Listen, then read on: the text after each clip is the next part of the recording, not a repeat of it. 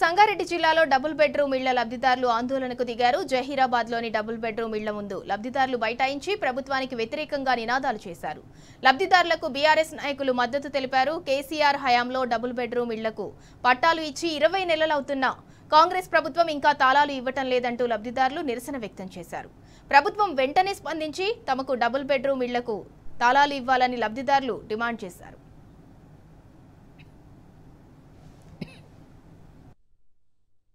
ముఖ్యమంత్రి వర్యులు కల్వకుంట్ల చంద్రశేఖరరావు గారు నిరుపేదలకు వారికి సొంతింటి కలను సాకారం చేయాలనే ఒక ఉద్దేశంతో డబుల్ బెడ్రూమ్ అనే ఒక పథకాన్ని వారు ప్రారంభించడం జరిగింది.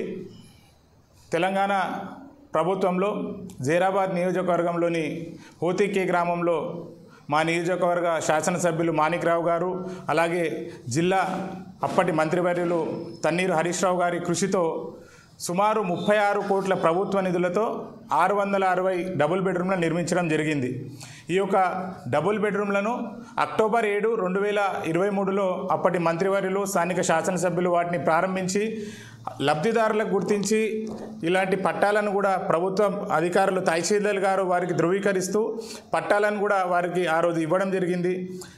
వారికి పట్టాలిచ్చి సుమారు 2-3 సంవత్సరాలు గడుస్తున్నా ఇప్పటి వరకు కూడా వారికి లబ్ధిదారులకు తాళాలను కేటాయించడం లేదు.